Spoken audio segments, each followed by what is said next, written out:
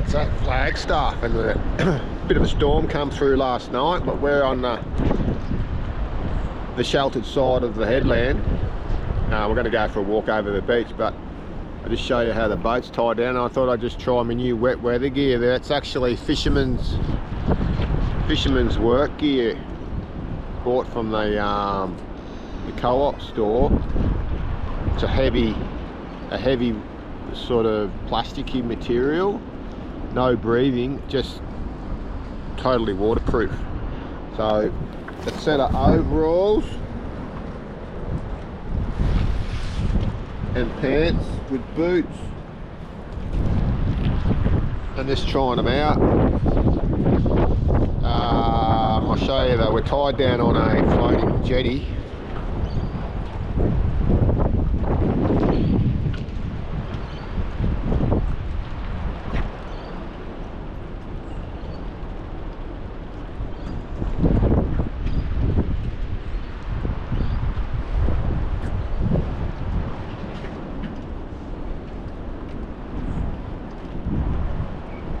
We had the tinny out last night, went to my mum and dad's and did a service on my car and had a bit of a feed with them. So now we'll just go for a walk over to the beach. This is the Flagstaff, is the staging jetty for when you go out in the ocean. So the entrance is just there, and it comes out through there, so we can go through here, and then you get up on top of the sand dune so you can see the condition of the sea, but also you can get out right onto the entrance, onto the left or the port side, what do you call it, headland of the entrance. I'll go and have a look at that.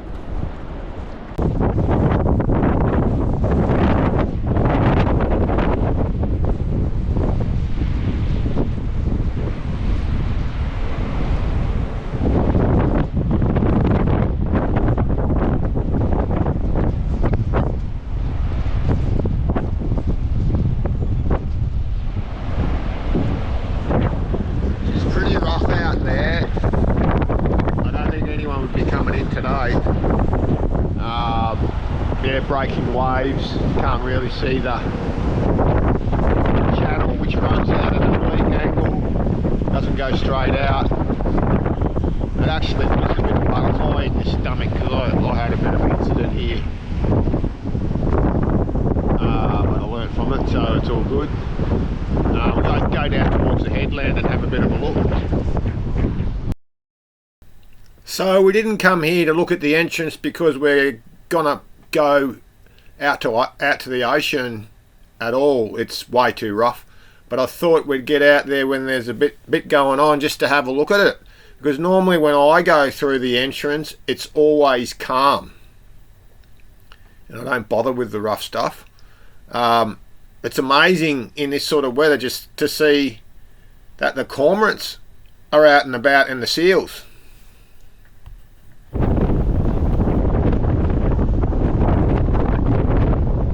That blue triangle is one of the navigation lights, and you line it up with that one over there on the point, and that's how you find the channel.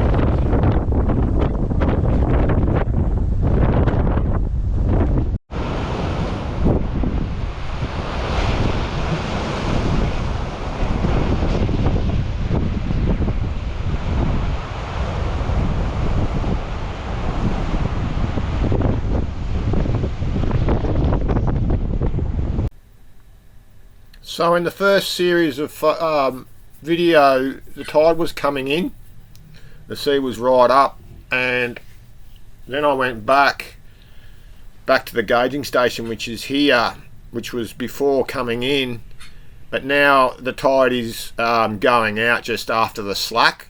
So I thought I'd come back, and you can see all the pelicans and cormorants, and if you look carefully in the middle there, you can see the seals coming out of the water in those standing waves that are just starting to form, and just demonstrating how an entrance with current flow like this, with incoming and outgoing tides, can really affect the sea state. Something that when you're navigating bars, you just got to be really careful of, and you slowly become knowledgeable about. So no one gets confused here. The best time to cross this spar in Lake's Entrance is on an incoming tide towards the high tide, so there's not much incoming flow, and there's plenty of water over the bar as well, so the incoming water flattens the waves out a bit, and the extra depth helps the waves reduce as well, and a little bit of incoming is handy just for getting in with the motor on your boat. So that's the basics. Every entrance is different.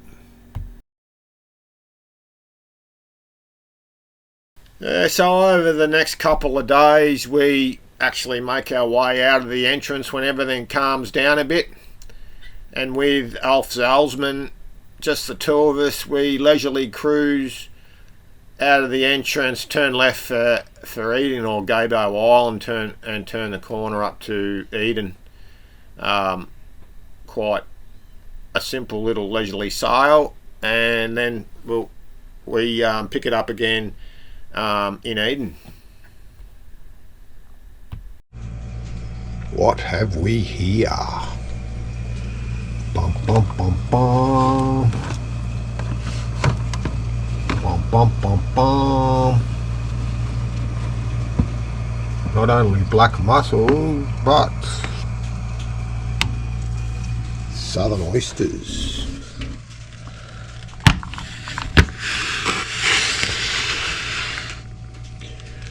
Just got the oysters off a rock wall right next to a jetty, but right next to the entrance to the lakes. So I think I'll give them a try.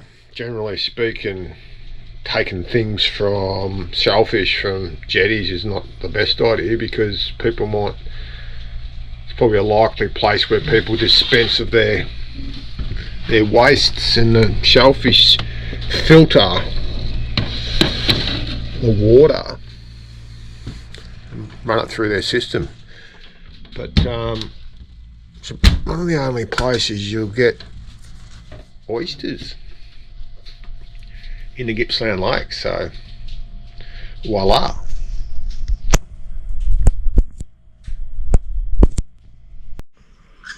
Getting up, Snoops? You can do it. Yeah, you're good at it. Come on then, let's go. Come on. Come on. Let's go. Yeah, you're good at it. Yeah, good one. Come on. Come on, hop. Get up.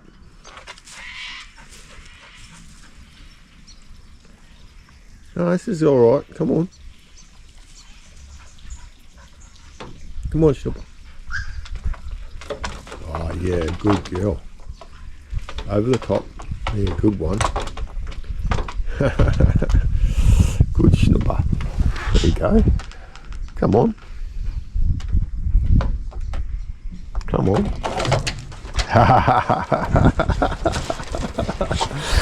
Hey, good one. Yeah, good girl. Yeah, good schnutzer.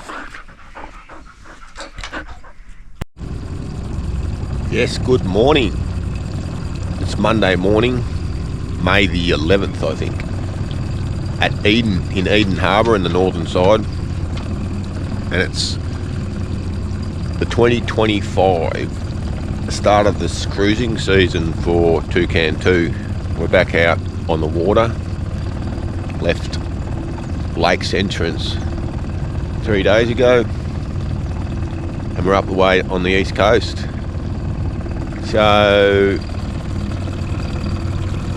stay tuned for another episode or 2 or 3 of our travels up the east coast. We're attempting to get up all the way to the Torres Straits this time. We'll see what happens after that. I sort of don't want to be too tell too much about what the plans are because quite often they just change. Yeah, so we're just spending a few days here in Eden. We've got a northerly wind now, no point in motoring. And we've got a bit of a boat issue with the MPPT controller that I shorted out yesterday, and now it's buggered, so we've got to get another one in Eden. And we'll see how we go with that. So we've got a few surprises, got a new crew member, Alf, we'll introduce him later on. And we had another one pull out, Stuart pulled out. He had a few other things he needed to do, but he might join us later on. Alright, see you later. Leaving the local pelican population behind from Eden, we head out to go north for the start of the season.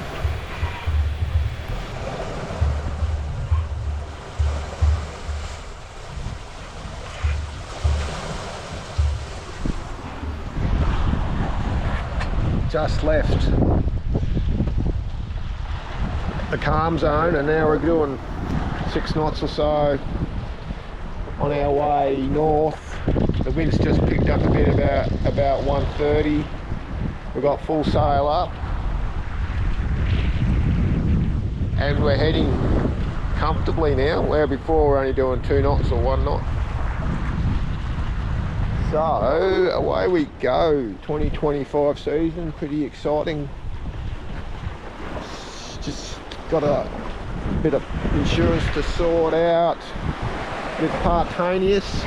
Looks like it's going to be the go. I got a survey report done on my boat when I had it hauled out earlier, and waiting for the quote to come back. I'm expecting about between 2,500 and 3,000 for the year, I think. So anyway, we're done. It's so good. Look at this foresail. It's absolutely beautiful.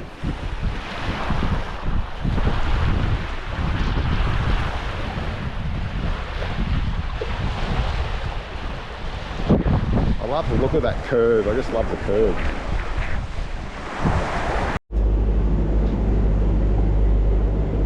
Introduce yourself, Alf.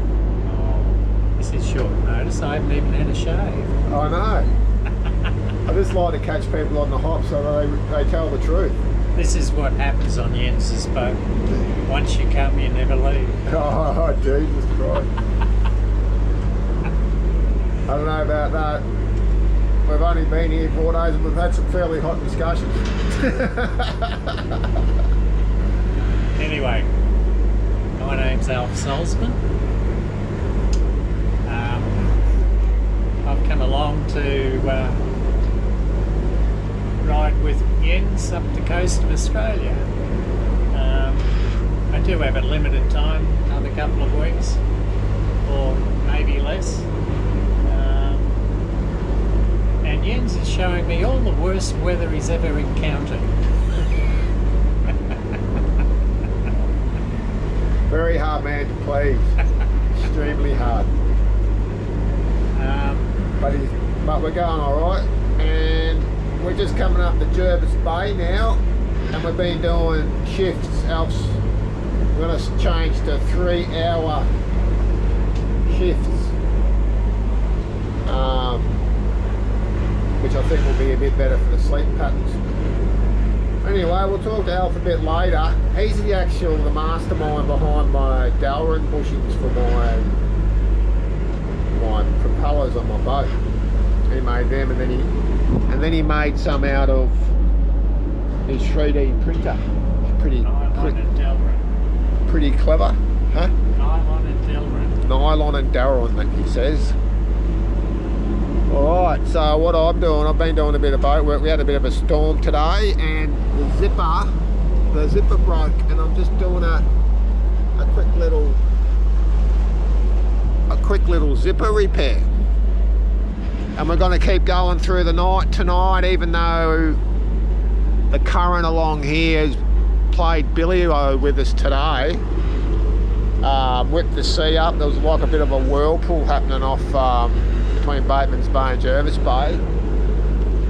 and we're going all funny directions. So we slipped the motor on when we hit a bit of a storm, and we've been motoring for a little bit now, and hopefully we're hoping to just trickle along towards Sydney so we can get there plenty of time for the bit of a blow on Sunday. So we'll keep you posted on that.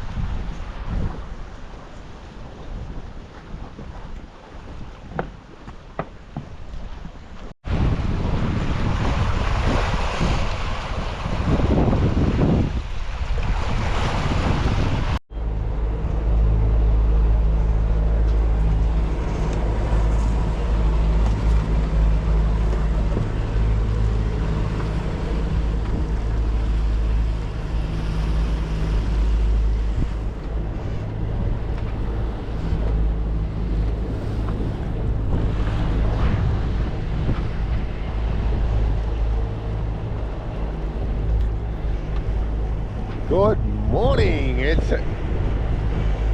Friday morning, coming into Sydney Harbour. It's about 15 to 20 miles away.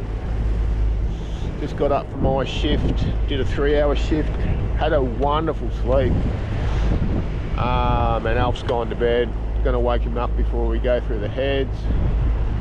We've been motor sailing all night, a little bit of just sail, but the wind wasn't really good enough, and we had these sort of storms coming through that you just saw in the photos where we were getting a bit of wind off them, basically, I think.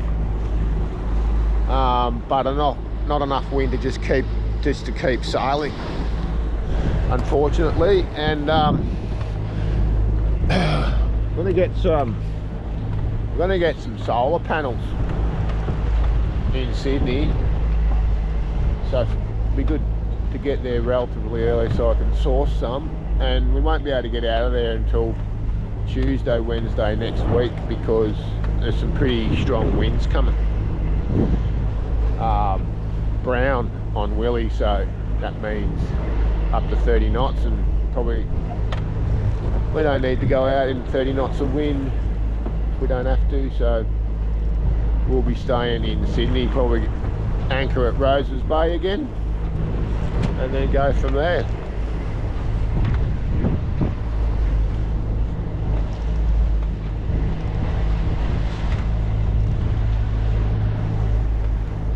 What a skyline coming into Sydney. We eventually make Sydney and anchor in Roses Bay, and you guessed it, I have to do another zip repair. The whole stitching is rotten, and I've only been doing bits and pieces, so that's what you get. We ended up sourcing some solar panels at a good price, about $120 each. I had to extend the rack on Toucan to fit the extra large solar panels, and took the old ones off, put the new ones on, and it all worked out pretty good. But that's all to be divulged in the next episode. Please stay tuned for part 2. Thanks for watching, and full spinning red to your dreams, because you never know what's around the corner.